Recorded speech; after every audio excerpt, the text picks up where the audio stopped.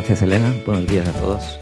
Bueno, pues vamos a dar paso a la primera mesa redonda de hoy, que se llama Estado del arte del nexo agua-energía. Le pediría a los intervinientes que subieran a la mesa: Eduardo Orteu, Carlos Ballesteros, Antonio Pérez Collar y Marina Holgado. Pues vamos a empezar con la primera mesa redonda. Tenemos aquí un gran elenco de expertos. Yo, como no soy experto, os voy a decir cuatro obviedades. Evidentemente necesitamos agua para producir energía y energía para producir agua. Se estima que aproximadamente el 15% del agua que se consume en el mundo se dedica a la producción de energía y se estima que las actividades relacionadas con la gestión y el tratamiento consumen aproximadamente el 8% de la energía, lo cual es bastante.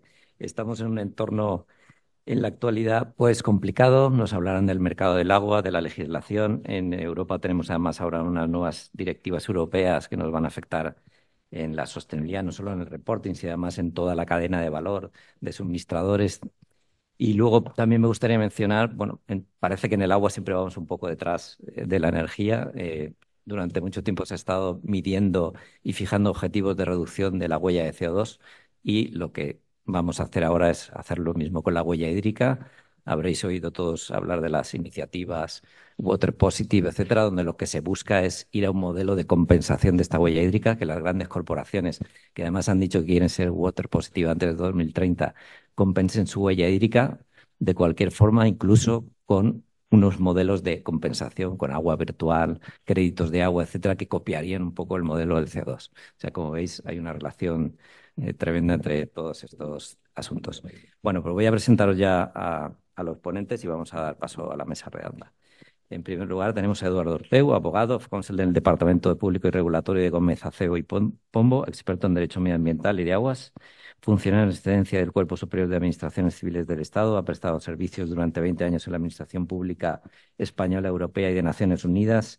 Desde hace 5 años lidera el equipo de asesoramiento regulatorio de Gómez Acebo en materia de agua y además pues, ha estado ayudando a asociaciones como AIDA o AEDIR. Gracias a él y sus trabajos hemos incorporado, o el Ministerio ha incorporado en la nueva regulación de reutilización algunas sugerencias legales o como la parte de favorecer la participación público-privada o modelos de compensación de huella hídrica. El siguiente ponente es Carlos Ballesteros, director general de la Asociación de Empresas de Servicios Energéticos. Gracias por estar aquí también, vuestra asociación. Es director general de ANESE, miembro del Comité Asesor de Global ESCO Network y observador de United Nations FCC desde la COP25, además de ser miembro del Comité Técnico CN, CLC, JTC y profesor habitual en diferentes másteres. Carlos es ingeniero industrial, cuenta con varios másteres técnicos y estrategia empresarial en su formación académica y le respaldan más de 20 años de experiencia en el sector energético. Antonio Pérez es fundador de la empresa Chance and Choice, es presidente de la Asociación del Valle del Hidrógeno de Alicante, fundador de Chance and Choice Chao, enfocada a asesorar y aconsejar a clientes en estrategia y creación de valor a lo largo del proceso hacia la transformación energética desde el año 2017, después de 35 años de experiencia en el sector de la energía en el perímetro del grupo Repsol. A lo largo de su carrera ha mantenido distintas posiciones ejecutivas en consejos y directorios relacionados con el gas natural y energía eólica, socio del Club Español de la Energía, Asociación Español del Gas, del Hidrógeno y la Asociación International Energy Negotiations. Holgado, directora técnica de la Asociación Española del Hidrógeno. Gracias también a esta asociación por colaborar con nosotros en esta jornada. Es ingeniera química e ingeniera de la energía con un máster en energías renovables, pilas de combustible e hidrógeno. Comenzó en el sector del hidrógeno en 2018 en Ariema Energía y Medio Ambiente, ejerciendo labores de ingeniería y consultoría, soporte técnico a la Asociación Española del Hidrógeno y de 2020 a 2023 coordinando el programa de colaboración tecnológica en hidrógeno de la Agencia Internacional de la Energía. Actualmente es la directora técnica de la Asociación Española del Hidrógeno. Bueno, pues para empezar vais a tener cada uno una intervención de unos 8 o 10 minutos para que nos contéis un poco la visión desde vuestros distintos puntos de vista acerca del estado del arte del nexo agua-energía desde vuestros distintos perfiles. Eduardo tiene que marcharse, igual tiene que salir corriendo, así que te disculparemos el momento que tengas que salir, no te preocupes por ello. Y bueno, pues empezamos contigo y nos das tu visión acerca del tema. Muchas gracias. Buenos días a todos. Gracias, Domingo. En primer lugar, agradecer la invitación de AEDIR a participar en estas jornadas y al Colegio de Caminos por albergarnos, ¿no? Me encanta venir al colegio porque yo he venido mucho cuando estaba en la Dirección General del Agua. Aquí como abogado te escuchan, no te critican y además aprendes, ¿no? Así que siempre es un placer venir aquí. Yo quisiera compartir algunas ideas, ahora que no tengo ninguna función de representación institucional, pues sobre la experiencia del trabajo en este sector, tanto desde la administración como en el despacho. Algunas reflexiones más desde la perspectiva del sector del agua o del vector agua de este nexo, ¿no? Nexo agua-energía, integración, etcétera.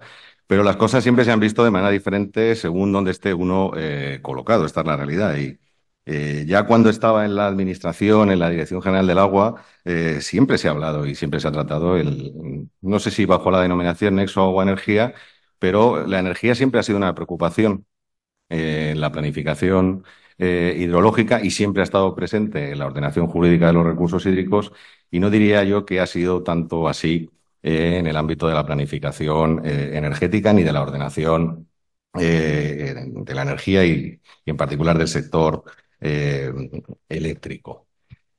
Y digo que ha sido una preocupación porque, bueno, no hace falta contar que sin energía no puede funcionar el conjunto del ciclo del agua y que el consumo energético del funcionamiento del ciclo del agua no ha hecho sino crecer a lo largo de los años. Probablemente antes de que hubiera una mayor preocupación dentro del sector energético por la preocupación en el agua.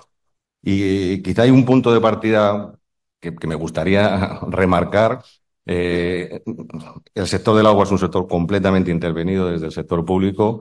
El sector energético también es un sector regulado, pero en el agua todo es servicio público y todo es intervención pública. Y hay un punto que diferencia uno y otro. No quiero yo ahora quejarme de que somos el hermano pobre del binomio, pero lo cierto es que sí es así. Porque el agua como recurso no está grabado en nuestro país. El agua es gratis. Lo que no es gratis es el servicio para que ese agua te llegue o para que ese agua se limpie, etcétera. Y en la energía es todo lo contrario, ¿no? Si no pago la energía, no la tengo, ¿no? Esta es una cosa en España, si no pago el agua, la tengo. Y aquí se ha hablado mucho en este colegio y aquí han venido muchos regantes y muchos usuarios y saben a qué me refiero. Si no pagas la energía, si no pagas la electricidad, pues te la corta, no la tienes. Esa preocupación por el coste energético, más allá de la ordenación de los recursos hídricos para la generación de energía, que ha sido la aproximación tradicional que ha seguido la legislación de agua, ¿no? Tenemos las concesiones para los aprovechamientos hidroeléctricos desde el siglo XIX y desde la ley de 1879 había concesiones a perpetuidad para los aprovechamientos hidroeléctricos. Pero en la medida en la que la energía condiciona la prestación de los servicios, pues mayor ha sido la preocupación en el sector del agua. En el sector de la energía, esta preocupación ha empezado a nacer cuando el estrés hídrico, las limitaciones en el acceso al recurso han empezado a condicionar la generación de energía a partir de fuentes que dependen del agua. Por una parte y por otra parte, esto está muy bien expresado en el PNIEC, pues desde que ha sido necesario desarrollar las energías renovables dentro de nuestro mix energético y muchas de esas energías renovables demandan agua. Luego, la primera diferencia es que el agua, no quiero decir que sea gratis, pero es un recurso no grabado y la energía es un recurso que hay que pagar. Y esto ha condicionado mucho tanto la planificación energética como la planificación hidrológica y también la ordenación jurídica de uno y otro sector. Y el segundo elemento que me gustaría poner de manifiesto en el inicio de esta intervención es que los objetivos de la planificación hídrica o hidrológica y los de la planificación energética son ligeramente diferentes. Los dos comparten en común la necesidad de la seguridad en el abastecimiento, porque sin agua y energía no hay sencillamente ninguna actividad económica. Pero los condicionantes medioambientales en el desarrollo de una política y en la ordenación jurídica de esas políticas es diferente en el ámbito del agua y en el ámbito energético. Solo desde que las políticas climáticas han ocupado el puesto que ahora ocupan en la agenda política y cuando ha tenido lugar la necesidad de desarrollar las energías renovables, es cuando han empezado a incorporarse objetivos ambientales en la política energética. En la política hidrológica siempre han existido estos objetivos ambientales. Me refiero en el contexto de la Unión Europea. La política del agua En nuestro país está orientada la atención de las demandas, pero la política europea del agua es una política estrictamente medioambiental que solo persigue la consecución de los objetivos ambientales que se deben reflejar en la planificación hidrológica. Y esto ha condicionado aún más, si cabe, el empleo del agua para cualquier uso. Cuando uno lee, yo vamos, me resisto a tratar todos los aspectos legales del nexo agua-energía porque es un universo muy extenso. Aquí es una pequeña intervención para hacer solo unas reflexiones. Sí que existe una planificación integrada del nexo agua-energía. ¿Es la mejor? Probablemente no. ¿Es parcial? Probablemente sí. ¿Es ciertamente asistemática? Seguramente. Además, está motivada por los objetivos de la política energética y no por los objetivos de la política del agua, y en particular por los objetivos ambientales de la política energética y la necesidad de reducir las emisiones de CO2 y el desarrollo de las energías renovables. Sin embargo, el desarrollo de esa política energética, en particular del PNIEC, sumado a todas las veleidades a las que está sometido el mercado eléctrico en Europa, ha dado lugar a una sucesión de modificaciones de la legislación de aguas. Estaba notando esta mañana, antes de venir aquí, que desde 2019, es decir, desde que está gobernando el Partido Socialista, se ha modificado la ley de aguas 10 veces. Nunca ha habido una sola reforma sistemática. Y nunca esas reformas han obedecido a las necesidades que desde la propia Administración del Agua se han puesto de manifiesto que son necesarias abordar para la modernización de la gestión de los recursos hídricos en nuestro país. Pero se ha modificado 10 veces y casi todas esas modificaciones, al margen de las subvenciones por efecto de la sequía para la reducción de las tarifas de utilización del agua, en fin, ayuda a los usuarios del agua y a los agricultores en particular, la mayoría de esas modificaciones normativas han ido orientadas a incorporar eventuales desarrollos de energía renovable a partir del uso del agua. Las tenía que apuntar porque en lugar de repasar todos los posibles usos del agua para la generación de energía, uno va viendo esas modificaciones normativas y se da dando cuenta de que es por impulso de la incorporación de energías renovables en la planificación energética y las políticas de cambio climático como se ha ido incorporando ese nexo agua-energía en el ámbito de la regulación del agua. El gobierno, desde todo esto a base de decretos leyes, por supuesto. ¿Eso qué quiere decir? Además de la urgencia en la necesidad de adoptar estas medidas, estos decretos leyes lo que suponen es que no ha habido ningún tipo de participación pública en la definición de estas propuestas normativas. Llegaban al Congreso y se aprobaban. No hay tramitación, no hay participación, no hay consulta, no ha habido debate y se han aprobado, como diría aquel, ciertamente, ahora que no estoy en el ministerio, pues con cierta nocturnidad, ¿no? Y por la mañana te levantas y ves en el BOE que te acaban de modificar por completo el régimen jurídico de la reutilización de las aguas o el de los aprovechamientos hidroeléctricos. En 2019 se regulan las concesiones para transición justa que permiten el aprovechamiento de agua que dejaban las antiguas centrales térmicas. En 2021, recordaros aquel episodio de sequía, unos desembalses para la producción de energía hidroeléctrica bárbaros en verano que están dejándose con los ríos, se modifican las reglas de desembalse en los embalses con capacidad superior a 50 hectómetros cúbicos para la producción de energía hidroeléctrica.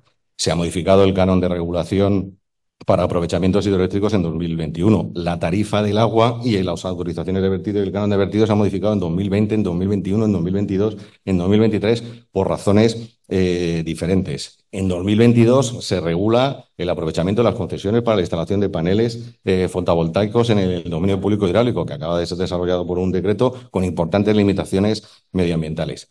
La macroreforma de 2023, una de las bóvedas de clave del sistema de gestión de agua, que es la prelación de usos, el fomento de las reversibles, ha dado lugar a una modificación del orden de prelación de usos y ahora la acumulación de agua para, para que actúen como a modo de baterías los embalses tiene prioridad después del abastecimiento y el regadío, siendo el siguiente uso prioritario dentro de la jerarquía de usos del agua la propia producción de energía hidroeléctrica, además de que se modifica el régimen jurídico para el desarrollo y fomento de las concesiones de aprovechamientos hidroeléctricos. En 2023 se ha incorporado el régimen jurídico de la reutilización de las aguas, que tiene una enorme trascendencia en relación con la energía, como me gustaría en los últimos minutos un par de reflexiones sobre el nexo agua-energía en particular en relación con los recursos no convencionales. Todo este régimen jurídico también ha habido modificaciones para el fomento, la hoja de ruta del biogás, para el desarrollo de otras energías renovables. Lo cierto y verdad es que, en cualquier caso, cualquier uso del agua incluidos los usos para el aprovechamiento privativo destinado a la producción de energía, están sometidos al mismo régimen concesional que con carácter general prevé la ley.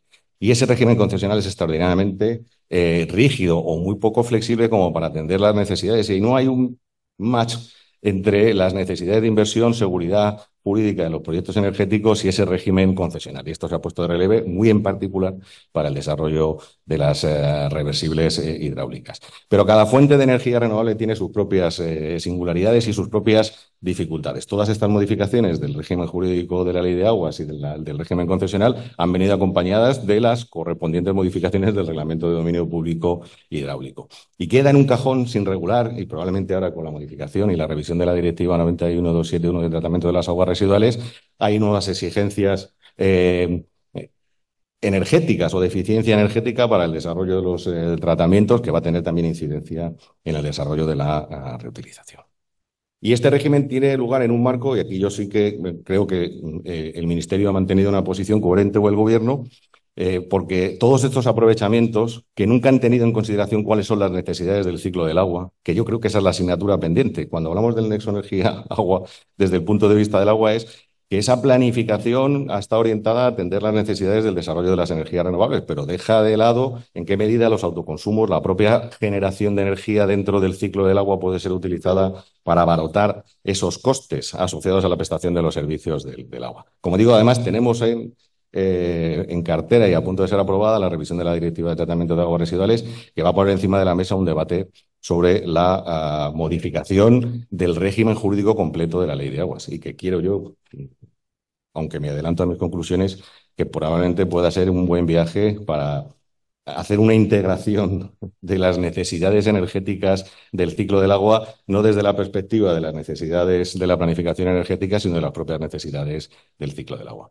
Como digo, ese régimen concesional para todos esos aprovechamientos viene acompañado de todas las limitaciones medioambientales que, por aplicación de la normativa europea y que han sido incorporadas en nuestra normativa, siguen siendo aplicables al desarrollo de cualquier proyecto energético. Yo no puedo poner los paneles fotovoltaicos en cualquier parte del embalse ni en todos los embalses, ¿no? Y no puedo pedir el aprovechamiento del agua reutilizada para la producción de hidrógeno si ese aprovechamiento no es compatible con la planificación hidrológica, no he garantizado que no estoy comprometiendo otros caudales. Hay toda una serie de limitaciones medioambientales al uso del agua para la producción de energía que siguen inalterados y que han sido reafirmados. Lo reconoce el PNIEC y lo establece la propia legislación de aguas. Me gustaría, para concluir, dos pinceladas sobre el nexo agua-energía en el ámbito concreto de los recursos no convencionales, dado que estamos en una jornada organizada por AEDIR.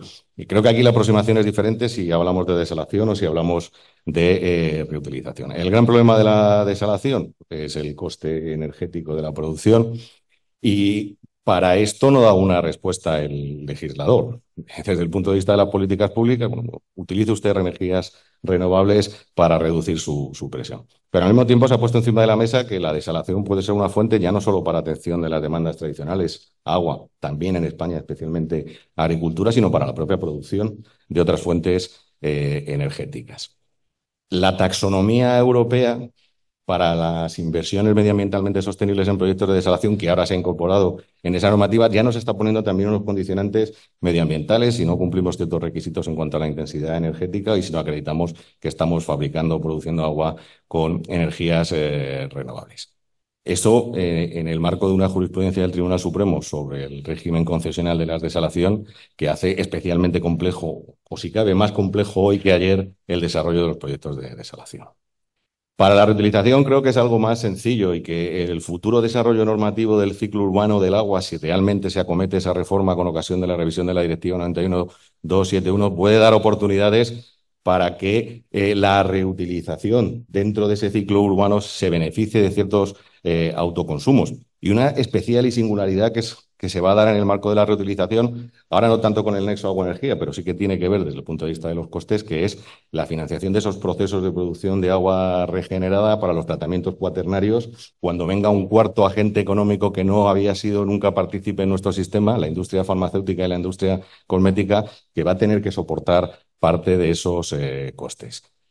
También, tanto la desalación como sobre todo la reutilización, mucho más la reutilización, tiene unas limitaciones medioambientales. El Gobierno está a punto de aprobar el decreto de reutilización. Se han incorporado, como dice domingo algunas previsiones normativas que van a facilitar la participación del sector privado en el desarrollo de estos proyectos, pero la reutilización también tiene muchas limitaciones medioambientales porque muchos efluentes ya están comprometidos para la atención de las demandas y porque además el Ministerio mantiene una aproximación de no incremento de la oferta que va a limitar la posibilidad del uso de estos recursos. En fin, creo que me he ajustado el tiempo más o menos. Si me he pasado, les pido disculpas. A su disposición para cualquier pregunta. A las 11 en punto me voy de aquí al ministerio con un cliente, pero vuelvo después al cóctel. O sea que si ahora no puedo contestar algo, a lo largo de la jornada estaré a su disposición. Muchas gracias.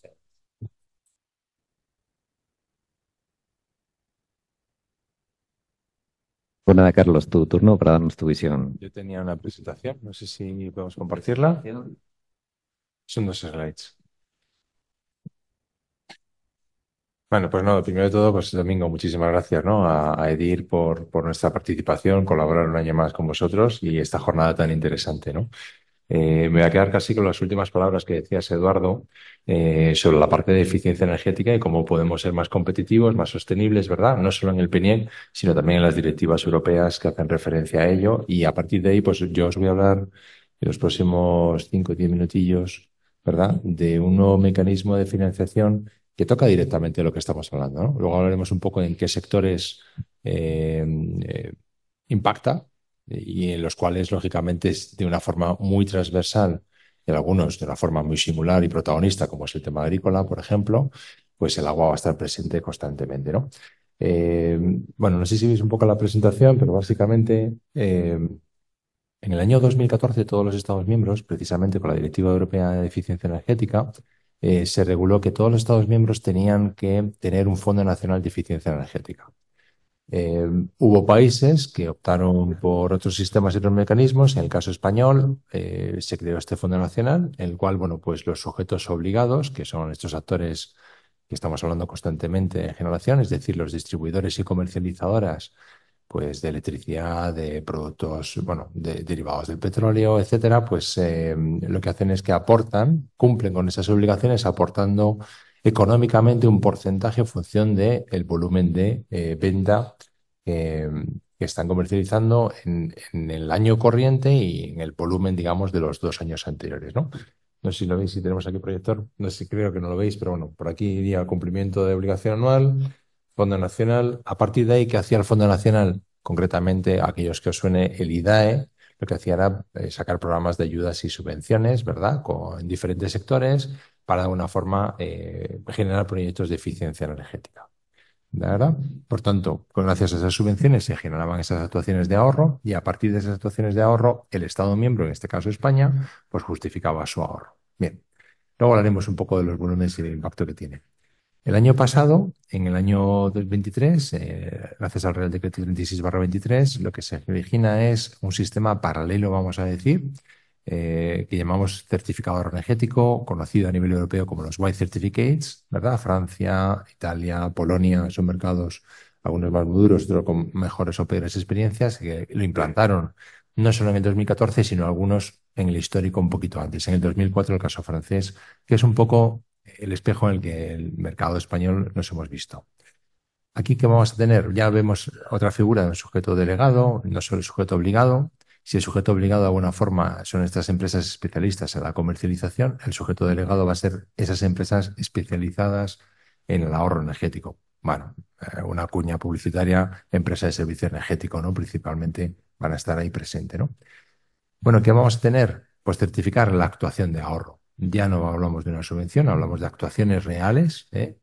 Y a partir de ahí seremos capaces de obtener un certificado de ahorro energético. Habremos certificado el propio ahorro, ¿no? Bueno, aquellos que estáis muy o vinculados con el tema de generación de energías renovables, ¿verdad?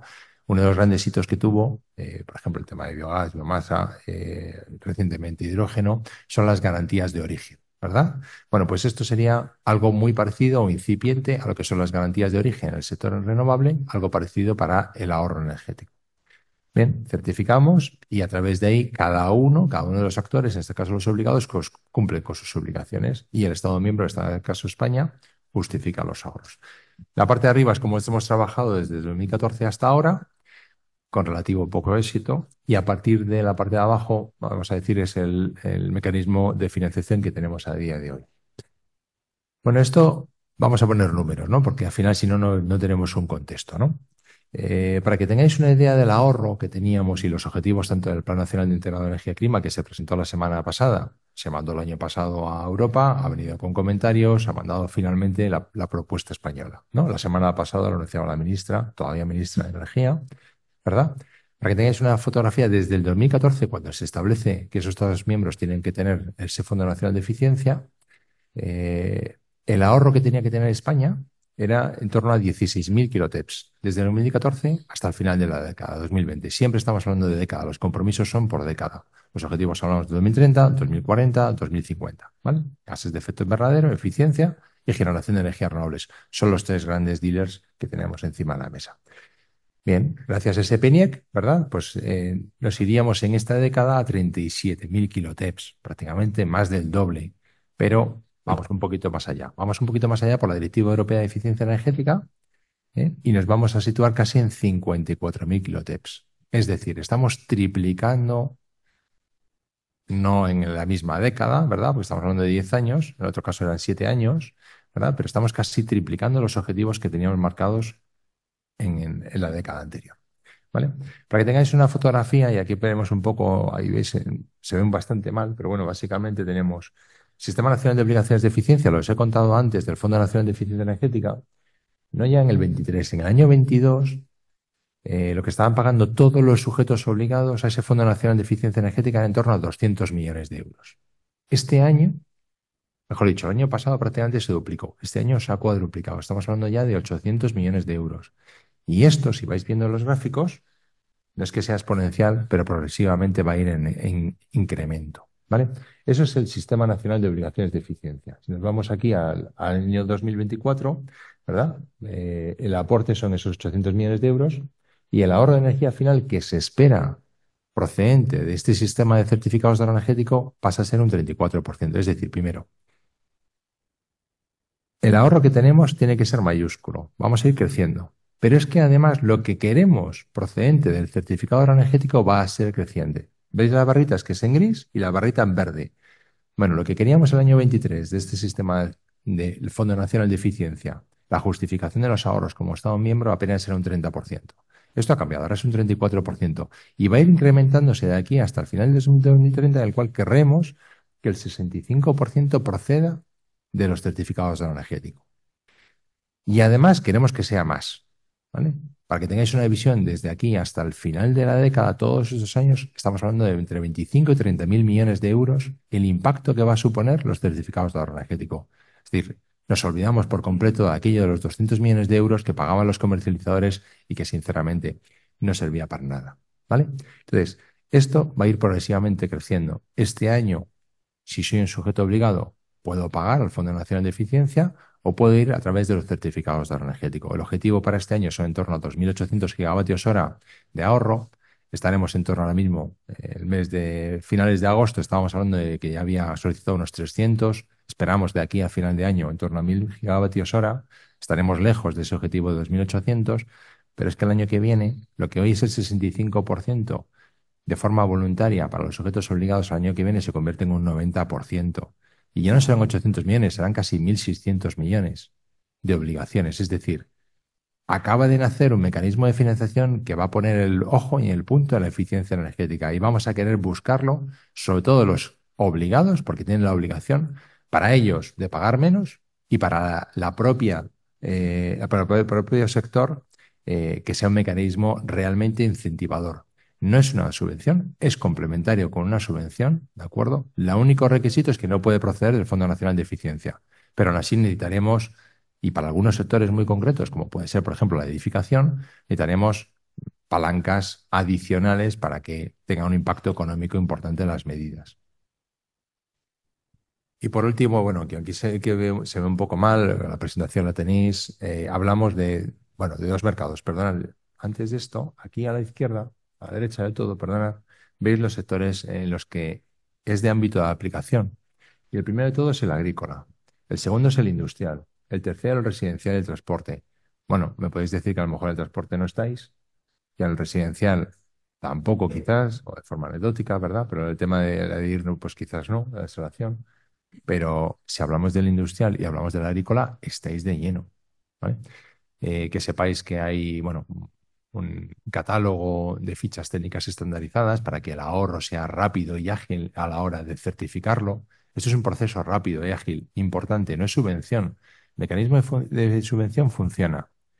Yo quiero hacer un proyecto, ¿verdad? Y lo que hago es que pido la subvención, prácticamente he definido el proyecto. Una vez que me han concedido la subvención, realizo el proyecto, ¿verdad? Y luego justifico que gracias a esa subvención, bueno, pues pude realizarlo.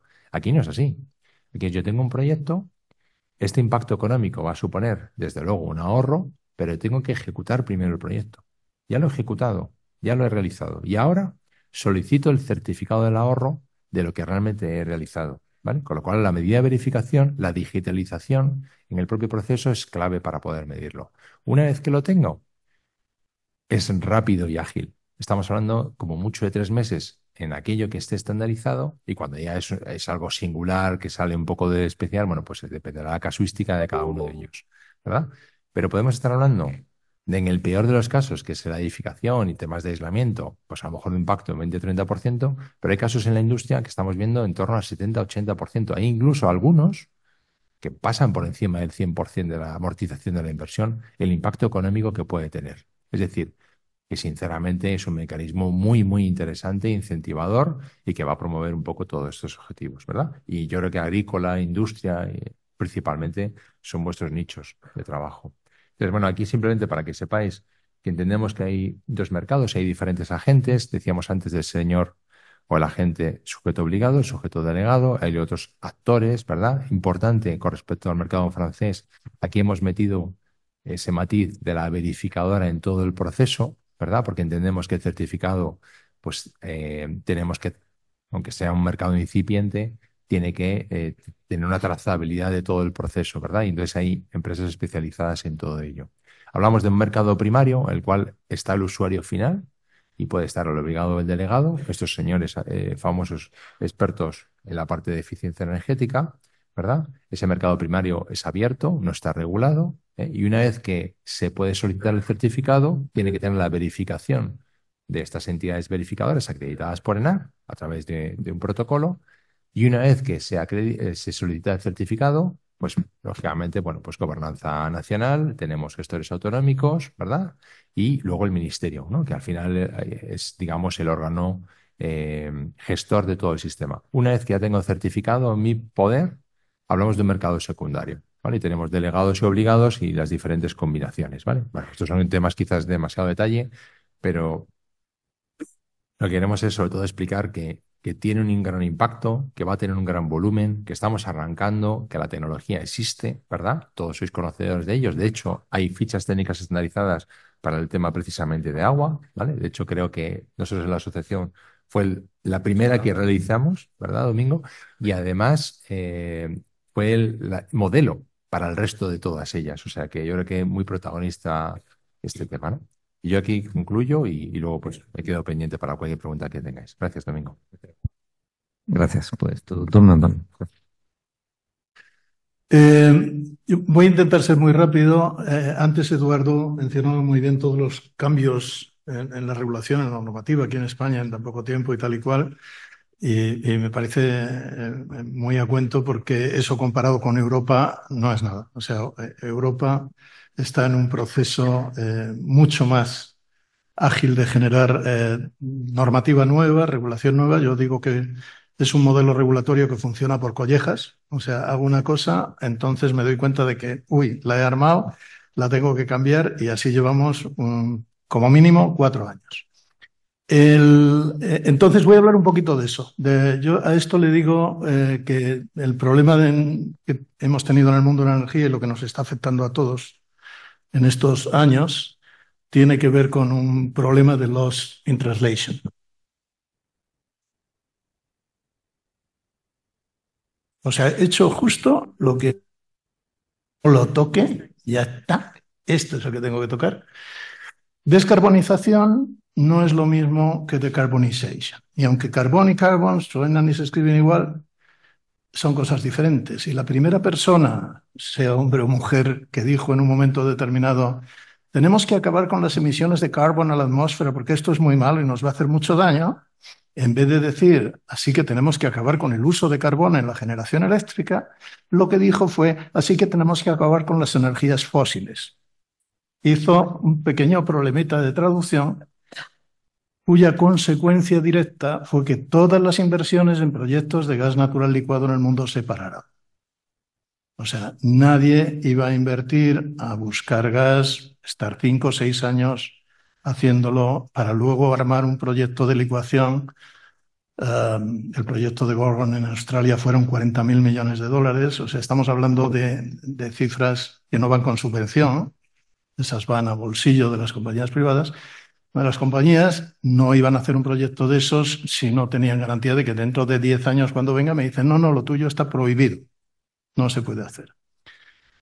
Hace un poquito antes de la guerra de Ucrania, en mi teléfono vi como uno de mis antiguos barcos de gas natural licuado a la altura de Hawái daba la vuelta y volvía a enfilar Panamá.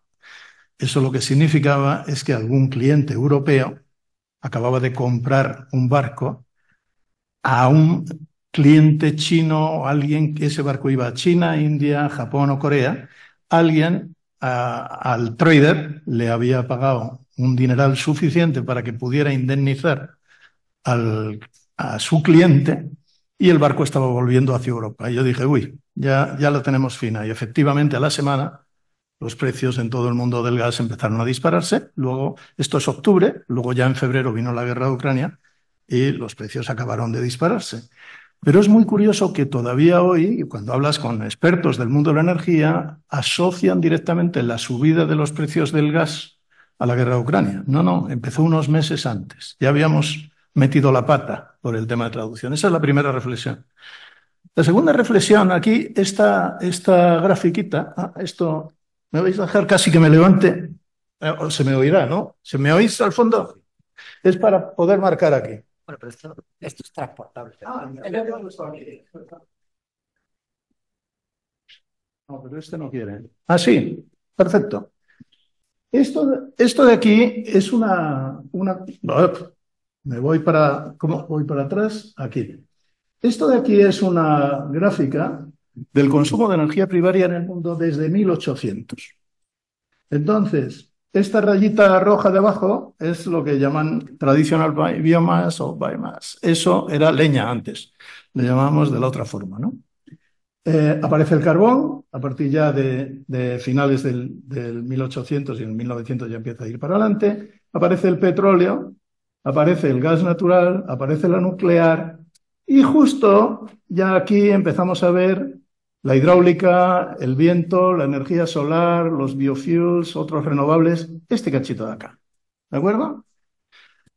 Bueno, el reto que tenemos por delante es que los que diseñan esa regulación y han hecho todo este invento, lo que nos dicen es que este cachito renovable de aquí arriba, aquí en 2050 ocupará todo, porque eso está a escala.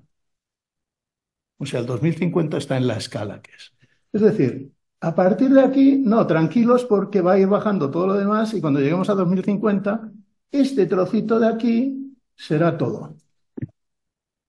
Yo no sé si alguien se paró a mirarlo, pero a mí me parece muy complicado. La realidad es que no está yendo por ese camino. Segunda cosa, hay que sustituir, vuelvo a mi origen, lo que hay que sustituir es el carbón. El carbón está ocupando en ese año 2019 aproximadamente 44.000 teravatios hora a nivel mundial. Me gusta el teravatio hora porque un buque de esos que os decía que da la vuelta transporta aproximadamente 1 teravatio hora. Así que esto significaría 44.000 buques dando la vuelta a la Tierrecita al año para quitarnos el carbón. Hacerlo con placas solares y con ventiladores cuesta hacer eso, ¿eh? Ya os digo que son muchos buques. De hecho, son más buques que todo el gas natural que hoy se está consumiendo en el mundo. No solo el de los barcos, incluido el de los gases. Es decir, el hacer esto y sustituir esto, no solo el carbón, sino además el gas natural, lo pretendemos hacer con este trocito, que es exactamente la solar y la eólica. Quiero decir, en términos realistas, el planteamiento debería ir hacia otro camino de reflexión. Por eso las regulaciones se van cambiando. Por eso apareció el hidrógeno, que luego hablaremos, y empieza uno a buscar otras soluciones, porque en todo este viaje, además, se olvida el cliente, la industria. Tú vas a una cerámica en Castellón y le dices: oye, no te preocupes, que yo te voy a vender el hidrógeno más barato del mundo, así te renuevas, o te voy a vender electricidad renovable y cambias todos tus hornos, cambias todas tus cosas, te cuestan las cosas 4 o 5 veces más de lo que te costaban. Y yo creo que el amigo de Pamesa lo que está es calculando en cuántos meses quiebro, en 4 o en 6, básicamente. Entonces yo creo que las cosas hay que ir haciéndolas de otra forma. De hecho, lo que nos pasó, dices, bueno, ¿pero qué pasó desde 2019? No, que hemos ido a peor. Y que el carbón sigue siendo la energía más utilizada en generación eléctrica en el mundo. En todo este modelo, sin embargo, hay buenas noticias para este país, que de vez en cuando nos conviene tener buenas noticias. De toda la Unión Europea, este es el único país, la península ibérica, que tiene viento, sol, tierra y agua. Es verdad que cuando esto se dice en estos foros, la gente se asusta y dice: oye, que aquí hay una crisis hídrica del demonio. Digo, claro, somos 8.000 millones y para arriba de personas, y el agua es la misma, pues tocamos a menos. Eso ya se veía venir. Pero aquí estamos rodeados de agua por todas partes. Otra cosa es que te cueste más o menos dinero poner esa agua en condiciones. Ese es otro negociado. Pero la disponibilidad la tienes. Porque cuando mezclamos estos conceptos, tanto el agua desalada como el agua reutilizada, evidentemente son materia prima para producir hidrógeno. ¿Que eso va a hacer que el hidrógeno cueste más? Sí, es lo que cuesta, es lo que costará. Lo que tenemos que olvidar es el concepto de que competitividad es ir al todo a 100 de los chinos. Las cosas tienen un valor y ese valor se paga y depende el que lo tenga que comprar. Pero si en este país, en esta península ibérica, se va a producir al final el hidrógeno más barato, más competitivo, no, más barato en coste de toda la Unión Europea, es evidente que la industria española pues saldrá beneficiada, igual que salió beneficiada la industria alemana cuando tenía el carbón más barato de toda Europa. O sea, ese proceso es natural. Y luego la segunda parte es: ¿quién está dispuesto a pagar un precio más? Pues el que tiene un problema, que en este caso se llama básicamente Alemania. Me voy a parar ahí porque yo creo que es más bonito ir al debate y seguir hablando de estas cosas. Sí, muchas gracias. Lo primero, perdonad porque he cogido un resfriado de estos de cambio de estación y tengo la voz un poco extraña. Espero que se me escuche bien. No quería dejar de venir a esta jornada de un tema tan relevante para el sector como es el nexo agua-hidrógeno.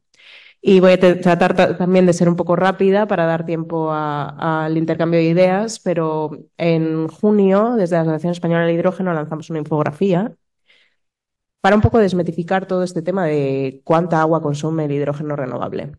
Lo primero que tenemos que saber es que la mayor parte del hidrógeno renovable que vamos a producir y consumir en España, en Europa y en el mundo vendrá de la electrólisis del agua. La electrólisis del agua es una reacción electroquímica que lo que hace es separar la molécula de agua en sus componentes, hidrógeno y oxígeno. La reacción estequiométrica, es decir, cuánta agua necesitamos para producir 1 kilo de hidrógeno son 9 kilos. 9 kilos de agua por kilo de hidrógeno. ¿Qué sucede? Cuando nosotros separamos la molécula de agua, el oxígeno y el hidrógeno que salen de esta máquina, del electrolizador, van húmedos. O sea, perdemos un poco de agua al arrastrarla con el gas. El hidrógeno, para poderlo vender, lo vamos a secar. Entonces, esta agua del hidrógeno húmedo la podemos recircular al electrolizador. Sin embargo, a no ser que queremos darle un uso comercial al oxígeno, lo más habitual es que lo venteemos húmedo. Es decir, no vamos a consumir los 9 kilos estequiométricos o 9 litros, sino quizá un poco más. Pongámosle 9,5. Pero además tenemos que tener en cuenta que el electrolizador es una máquina delicada. Tiene catalizadores que necesitan cierta calidad del agua. Necesitamos un agua desmineralizada, con bajo contenido en cloruros. Y para eso vamos a tener unas máquinas y unos procesos de purificación del agua potentes antes de poder meterle agua al electrolizador. Y entonces, ¿esto qué significa? Que si cogemos agua del grifo, agua potable, en realidad necesitaremos 15 litros de agua por cada kilo de hidrógeno producido. Si lo que vamos a meter al proceso, incluida la purificación, es agua no potable, estamos hablando de 17 litros, pero podríamos incluir agua de mar, agua salina, y estaríamos hablando de 28 litros. Y diréis, bueno, pero es que, bueno, vosotros lo sabréis probablemente mejor que yo. Desalar el agua es un tema relativamente complejo, caro, quizá esto nos sube muchísimo el precio del hidrógeno. La buena noticia es que no tanto. Partir de agua marina supondría un extra coste de solo 0,007 euros por kilo de hidrógeno. Y diréis, jolín, pero de estos 28 litros solamente para usar 9,5, aquí tenemos bastante agua de rechazo y es cierto. Tendremos un agua de rechazo del proceso de purificación en cualquiera de estas aguas que utilicemos de entrada, con alto contenido en sales, pero este agua no tenemos por qué desecharla. Podemos darle un segundo uso, por ejemplo, en piscinas o como agua de limpieza. Vale, pero esto es mucha agua. Vamos a empezar diciendo que ya estamos produciendo y consumiendo grandes cantidades de hidrógeno en el mundo y en España.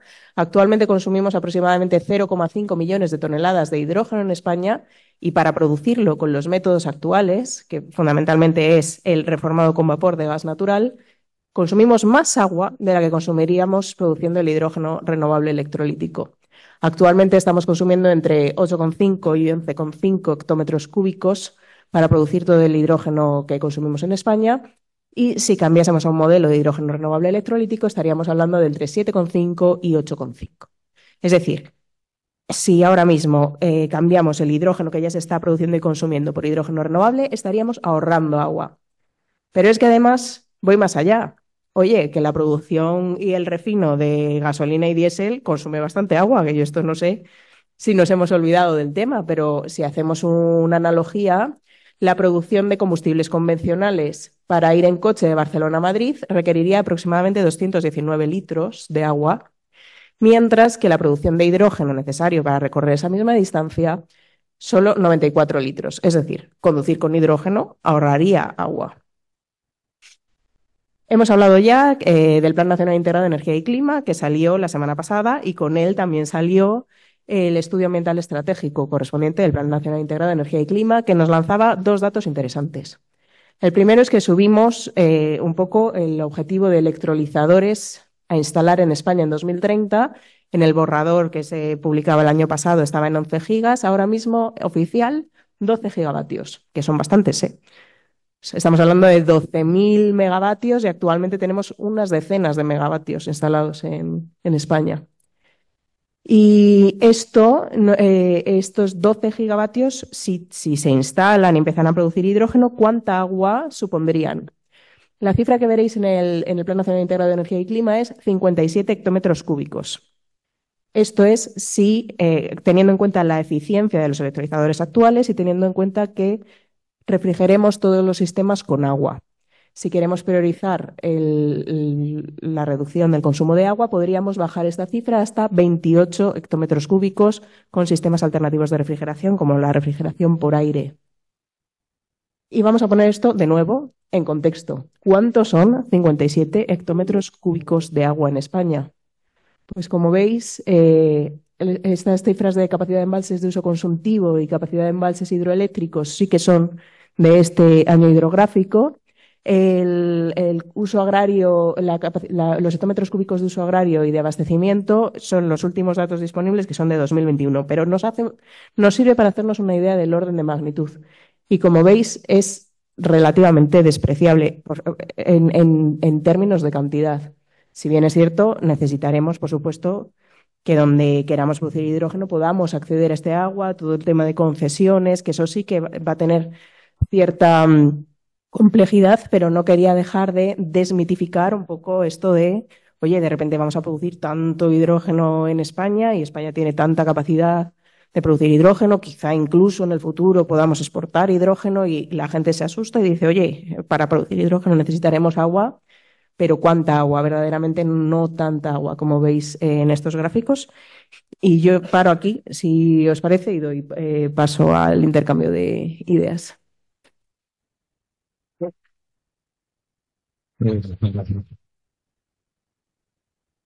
Bueno, pues entramos ahora en el debate. Nos hemos comido un poco de tiempo porque hemos empezado tarde, desgraciadamente. Así que si podéis ser breves en las preguntas y incluso podemos dar la posibilidad de que la audiencia pueda hacer preguntas. Entonces, primero para Eduardo, bueno, has hablado mucho de ello. ¿Tú crees que el marco legal actual favorece que el agua y la energía tengan el mismo tratamiento y para favorecer la descarbonización y qué opinas respecto a considerar unos precios de energía para la producción de agua diferentes, dado que es algo estratégico? Ya se está haciendo de alguna forma para la agricultura en momentos de sequía y demás. ¿Cómo ves este tema? Bueno, pues la pregunta del millón, ¿no? Yo ya he dicho que mi opinión en la planificación del nexo agua-energía atiende mejor las necesidades energéticas que las necesidades de energía del ciclo del agua, pero en lo que plantea sobre el precio del agua, hay un límite medioambiental, como señalaba anteriormente, que deriva de la legislación europea, que es el principio de recuperación de costes, que obliga al usuario a recuperar todos los costes, incluidos los costes medioambientales. Este es un principio que en España nos lo saltamos de manera reiterada, ¿no? Y que en el marco de los diferentes procedimientos de infracción que tiene abierto España por incumplimiento de la legislación europea, por este nunca nos han sancionado, pero porque no han querido. Y los informes de los planes hidrológicos, los estudios económicos de los planes hidrológicos ponen de manifiesto que no se recuperan esos costes. Claro, poner ahí encima de la mesa si además se puede subvencionar la desalación por su carácter estratégico, pues si eres un agricultor lo pides y te lo dan. Si vives en Canarias te lo da también el gobierno, pero si lo que vas es a desarrollar un proyecto de hidrógeno, no creo. Desde luego con el marco regulador vigente, no. El gran reto de la desalación para su plena incorporación y desarrollo en el ordenamiento jurídico español y en el mix del agua para cualquier uso es su despublificación. La desalación en nuestro ordenamiento tiene la condición, el agua desalada tiene la condición de dominio público. Y desde ese minuto ya está sometido al mismo régimen de intervención que si vas a obtener una concesión de regadíos en Valladolid. Si no fuera un bien de dominio público, no estaría sometido a la Directiva Marco de Agua, no estaría sometido al principio de recuperación de costes, no estaría sometido a esa competencia de proyectos al que ahora está sometido. La Administración dice a quién se le va a dar el agua. Este comentario que hacías en relación con el tema de la competencia por el acceso, el hidrógeno es poco, según donde estés, que eso es relativo. Pero en cualquier caso, hay un orden de prelación en los derechos del agua y si tú tienes un derecho del agua y no hay más agua disponible que la suficiente para atender tu derecho, nunca se va a atender tu demanda, por pequeña que sea, ¿no? Si la desalación la sacamos del régimen jurídico de la publificación y no es un bien de dominio público, otro gallo probablemente cantaría. Muchas gracias. Carlos, desde el sector del agua, sobre todo la desalación, siempre presumimos de que somos súper eficientes, de que estamos ya casi en el límite termodinámico. ¿Qué opinas? Y también en el tema de, bueno, colaboramos con vosotros en los inicios, ya hace 2 o 3 años, en el tema de las fichas de eficiencia para estos certificados. ¿Crees que estos mecanismos están maduros, que están funcionando? Desde el sector del agua al menos no estamos muy familiarizados, ni se están haciendo grandes cosas en ese sentido, ¿no? Creo que nos falta quizá información. Y ¿cómo crees que se está desarrollando a suficiente velocidad? Pues mira, estamos en un momento de origen, ¿no? Podríamos decir, ¿no? Os daba un dato ahora mismo que nos daba el Ministerio la semana pasada, pero bueno, esto va creciendo, pues en torno a 300 gigavatios de los 2.800, en 10%. Las perspectivas es que lleguemos a los 1.000 gigavatios y al año que viene, pues en vez de hablar de 2.800 estaríamos hablando de 7.000 8.000 gigavatios hora, los compromisos que tengan los obligados. Yo creo que hay una tarea muy importante de divulgación. El sector no lo conoce. O sea, primero confunde, e incluso si hablas la palabra certificador energético, lo primero que a la gente mundana nos llega es certificado de eficiencia energética de nuestro edificio. Incluso, fíjate, cosa que no tiene nada que ver. O subvención. No. Tiene que haber esa primera fase de divulgación. Dos, como siempre, los casos de éxito, yo creo que son los mejores embajadores, ¿no? Son los portavoces del éxito, ¿no? Y una vez que eso se traduzca en amortización de la inversión que alguien va a realizar, y vosotros, bueno, pues ahí ya no me meto mucho en el sector del agua, pero sois muy expertos en concesiones, etcétera, ¿verdad? En las cuales hacéis inversión. Entonces, si lo conocéis y empezáis a implementarlo, pues hablamos de esa parte de competitividad, de sostenibilidad, por supuesto, de descarbonización, que va todo ligado, ¿verdad? Entonces, la primera sería divulgación, divulgación y divulgación. y luego buenas praxis, ¿no? Está claro que hay un trabajo de fondo en el cual se pueden acortar los tiempos, ¿no? Por eso se montó un catálogo. A día de hoy estamos hablando de casi 114 fichas técnicas estandarizadas en los diferentes sectores. El agrícola creo recordar que tiene 3 o 4 ahora mismo fichas que las propusimos desde el inicio, ¿verdad? Bueno, queda mucho desarrollo, mucho camino. Seguramente ahora mismo el principal beneficiado es la industria, pero tampoco lo conoce.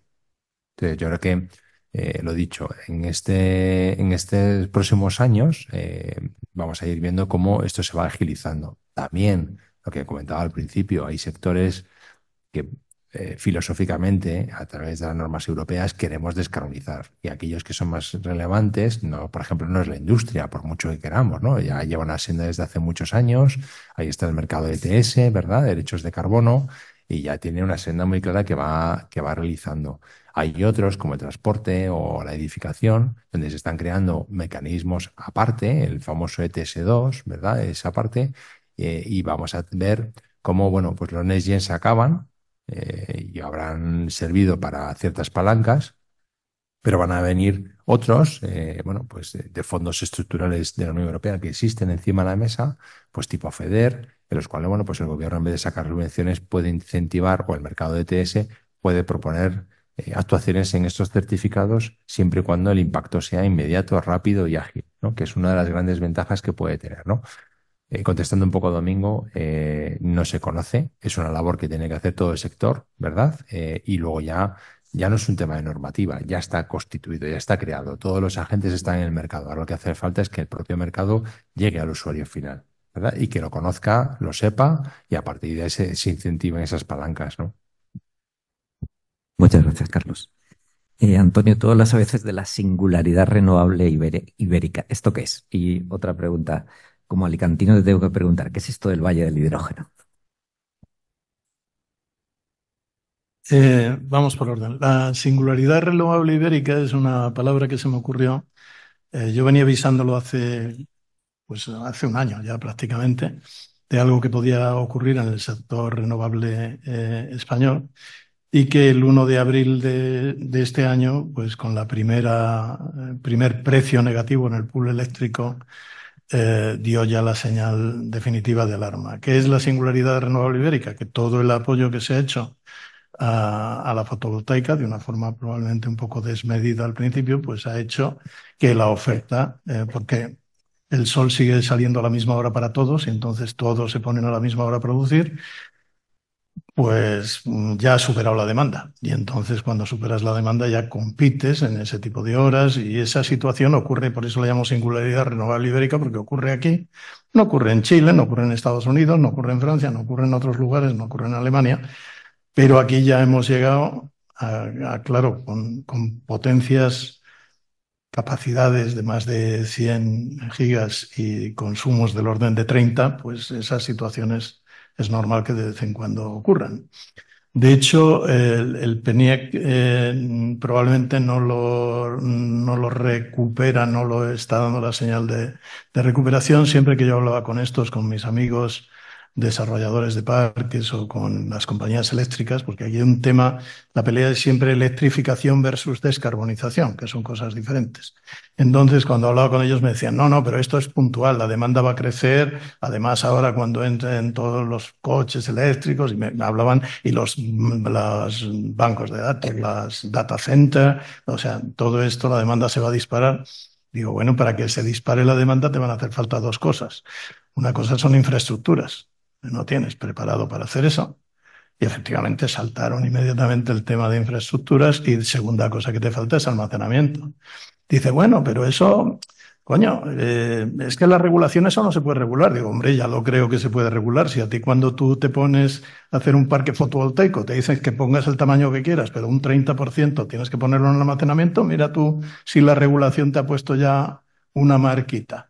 O sea, hay muchas formas de hacer estas cosas. Lo que pasa es que la forma fácil es la que te lleva a este tipo de resultados. Esto es la singularidad que me da la impresión, y ha ocurrido, todos los PPAs se han tenido que renegociar, todas las financiaciones se han tenido que renegociar, Y no se va a resolver ni siquiera en proyectos que ahora se están construyendo. O sea, un tipo que hoy tiene un proyecto, está andando y tiene cerrado un PPA con un gran cliente, y dentro de 2 años lo pone en marcha, pues probablemente su cliente dentro de 2 años mirará su PPA y dice, joder, 50 euros megavatio hora, gira la cabeza, mirará el pool y dirá, oye, aquí tenemos un price mismatch, yo voy a invocar aquí un hardship y este contrato lo vamos a renegociar entero porque yo esto no tiene sentido, o sea, yo por aquí no voy.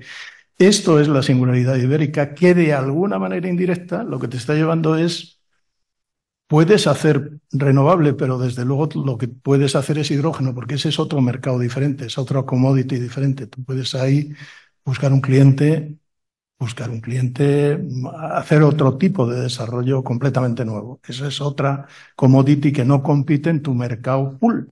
O sea, el precio no lo marca el pool, el precio lo marcan otros índices a nivel europeo, garantías de origen, como se menciona, todo este tipo de cosas. Esa es la parte de singularidad. La parte de Alicante fue una cosa que nació en la Federación de Empresarios del Metal de Alicante, su presidente, con la Universidad de Alicante, cuando se firmó el famoso acuerdo del H2Med por los ministros de Alemania, Portugal y España en Alicante. Y dijeron, oye, sí, ¿qué es esto? Y a ver si se hace aquí un acuerdo, a ver si van a pasar por aquí hidroductos o cosas y no hacemos nada. Empezaron a hablar con esa cosa y entonces me conocían, me llamaron y empezamos yo digo, cuando se va a hacer una cosa de estas así un poco extraña, lo primero que hay que hacer es tener claro qué tipo de modelo vamos a hacer. Todos los valles de hidrógeno, prácticamente todos los valles de hidrógeno del mundo, pero en particular de España, están alrededor de algún gran consumidor de hidrógeno.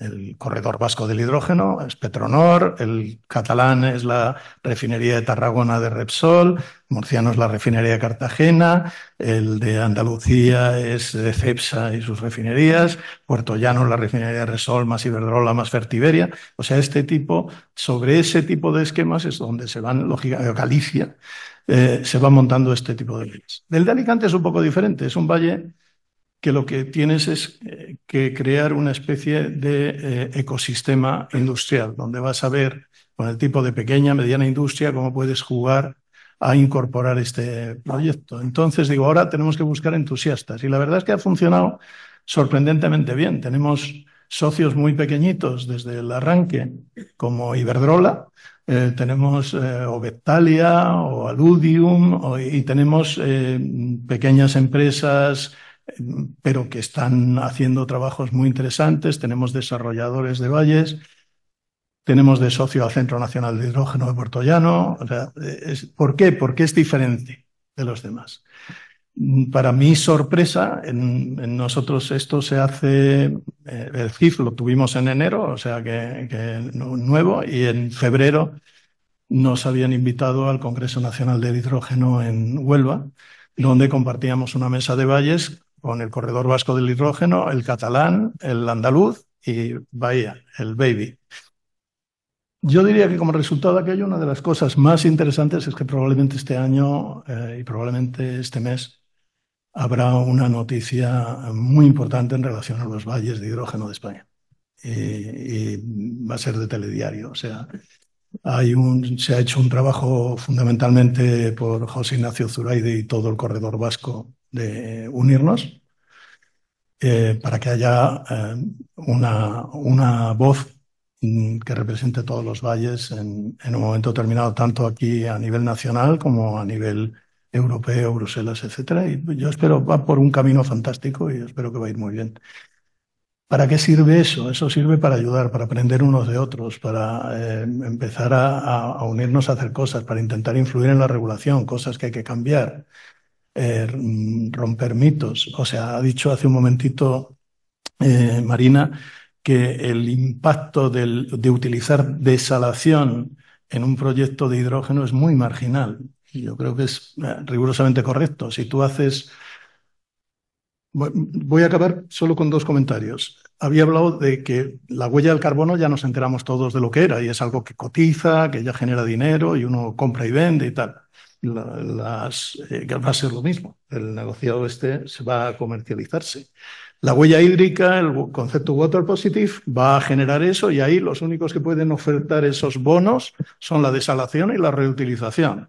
Con lo cual, si utilizas la desalación y la reutilización en la producción de hidrógeno, además estás teniendo la opción de poder comprar o vender determinado tipo de bonos que ayudan al mundo del agua en su desarrollo. Y me quedan dos huellas, que es la de la biodiversidad y la huella social.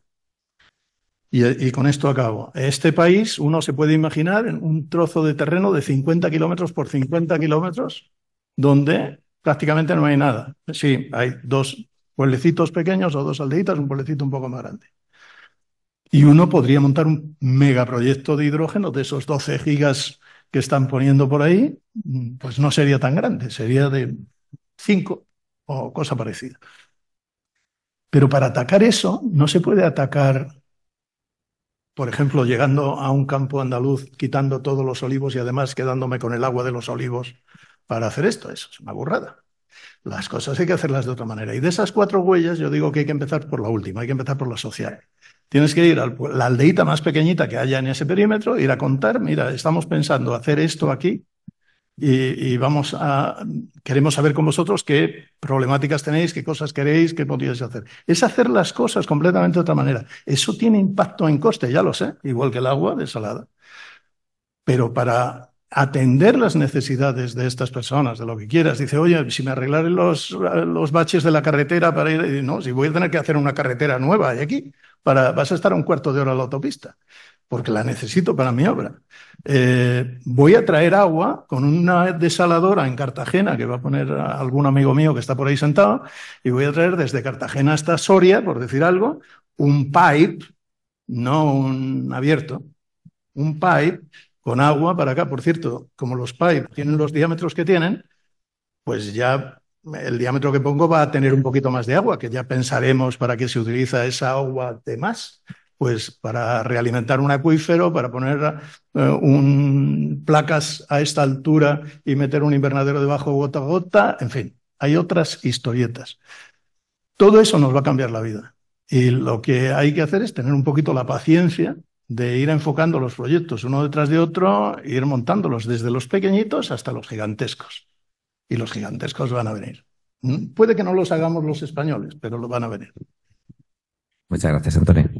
Sí, pues Marina, bueno, nos has contado un poco cuáles son los objetivos de producción de hidrógeno para España. ¿Cómo ves la velocidad de estos proyectos? ¿Se están desarrollando rápido? ¿Y cuáles son las barreras a las que se enfrentan? Yo creo que las técnicas más o menos están resueltas, quizá barreras legales también de bancabilidad, si los fondos de inversión en los bancos están viendo que es una inversión rentable y poner, ¿qué barreras fundamentales ves para el desarrollo de estos 12 gigavatios? Bueno, muchas gracias. Estamos encontrando que existe interés de nuestros socios en desarrollar proyectos grandes. Es decir, nosotros el año pasado empezamos a hacer un gran proyecto en la asociación, que es el censo de proyectos, con un mapa interactivo que podéis ver en nuestra web. Y este año estamos haciendo una actualización y vemos que nuestros socios tienen en el pipeline más de 140 proyectos comerciales que podrían llegar a esos 12 gigas en 2030 que nos marca el objetivo del PNIEC. Ahora bien, esto muestra interés de los socios por desarrollar estos proyectos. No significa que estos proyectos todos se vayan a hacer realidad en 2030. Y porque estamos viendo muchos proyectos parados a la espera de la definición del marco regulatorio. Estamos viendo proyectos que esperan la transposición, por ejemplo, de la actualización de la Directiva de Energías Renovables de la Unión Europea, a ver cómo se van a imponer ciertos objetivos de consumo de hidrógeno en la industria, en el transporte, porque en cuanto a la bancabilidad, lo que nos está faltando mucho es el offtake, nos está faltando el cliente de los proyectos. El posible cliente está viendo en las noticias que el hidrógeno va a costar X euros kilo y los proyectos actualmente no pueden ofrecerle ese coste, el coste actualmente es mayor y dicen, bueno, me voy a esperar.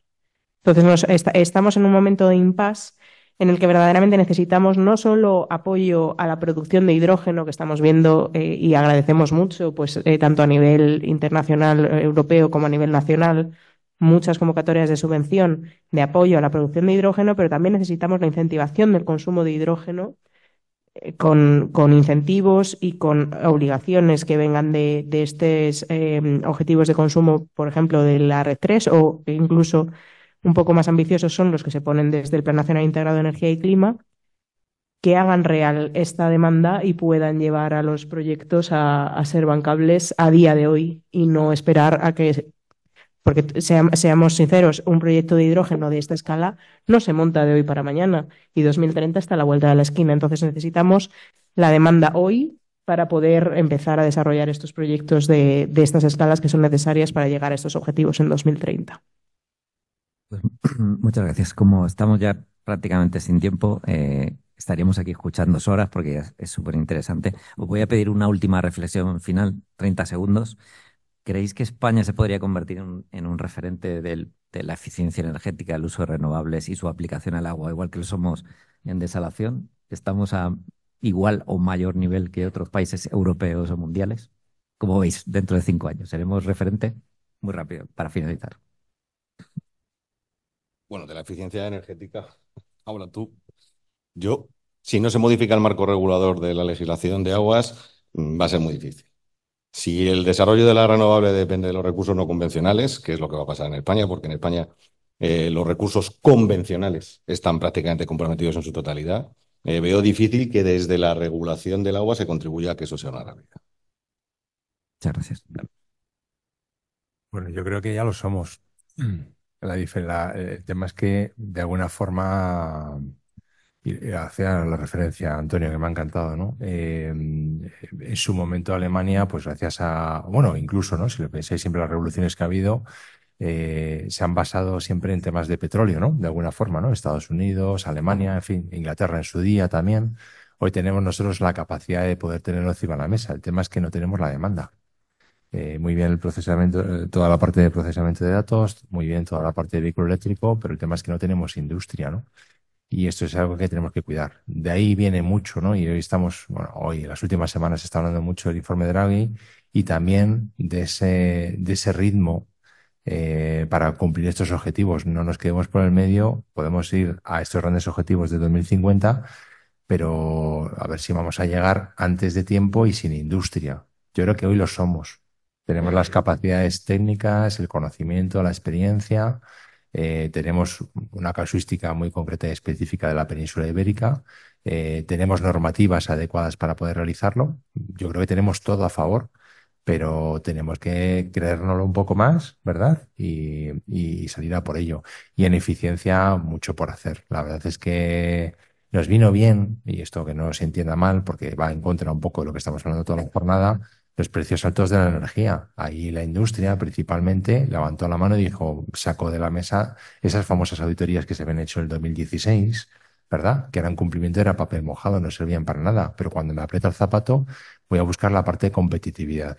No solo el tema de la generación de energía, eso es un tema concreto específico. Pero cuando hablamos de independencia energética, que eso tiene que ver mucho con el Plan Nacional Integrado de Energía y Clima, el almacenamiento, el hidrógeno, etcétera, bueno, todos los vectores hay que tenerlos encima de la mesa, pero si queremos reducir y ser independientes pues del ecosistema que nos rodea, que sinceramente estamos abriendo telediarios con guerras, etcétera, no es lo mejor, ¿no? ¿Verdad?